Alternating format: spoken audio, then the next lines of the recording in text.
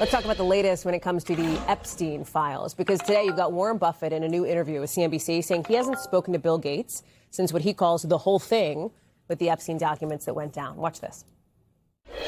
I don't want to be in a position where I know things at the moment. I could get called as a witness, but I think until it gets cleared up, I just don't think it makes sense to do a lot of talking. Now, these are Warren Buffett's first public comments about Gates since these files came out. Remember, he's the chairman of Berkshire Hathaway. He donated billions of dollars, Buffett did, to the Gates Foundation. But he says he doesn't regret any of that. Gates and Epstein became friends in 2011, 3 years after Epstein pleaded guilty to soliciting a minor for prostitution in 2008. Last month, remember, we told you this, Gates told staffers at a town hall it was a huge mistake to have spent time with Epstein, according to reporting by the Wall Street Journal, and said he didn't do or see anything illicit. Let me bring in Ryan Reilly, who's following this story for us. Buffett is one of the richest people in the world, and he said he was shocked at how Epstein was able to win over and basically con, in his words, everybody here. And that has real consequences, right? I mean, the concern from Buffett, he really laid it out there.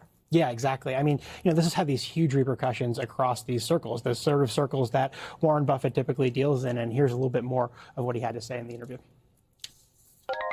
He had a way of conning everybody. Men are going to like sex, and